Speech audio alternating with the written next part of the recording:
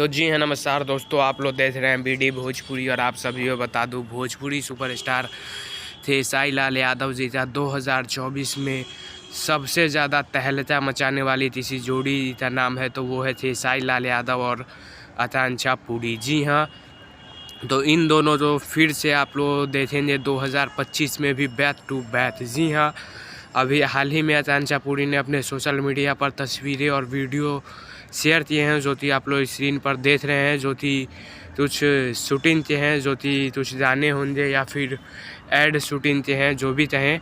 लेकिन बहुत जल्द आप सभी तो इन दोनों का भी नया धमाका देखने को मिलेगा। जी हाँ, तस्वीरें देख सकते हैं आप लोग, इतना ज़बरदस्त तस्वीरें हैं। और इन दोनों का लटत जैब जो गाना आया था, उस पर वायरल रील ने तो पूरे भारत में तहलका मचा दिया था। तो आप लोग जो जितना एक्साइटमेंट है 2025 में फिर से इन जोड़ी तो नए गानों में, नए फिल्मों में देखने के लिए जितना पसंद करते हैं आप, कमेंट में ज़रूर बताइएगा।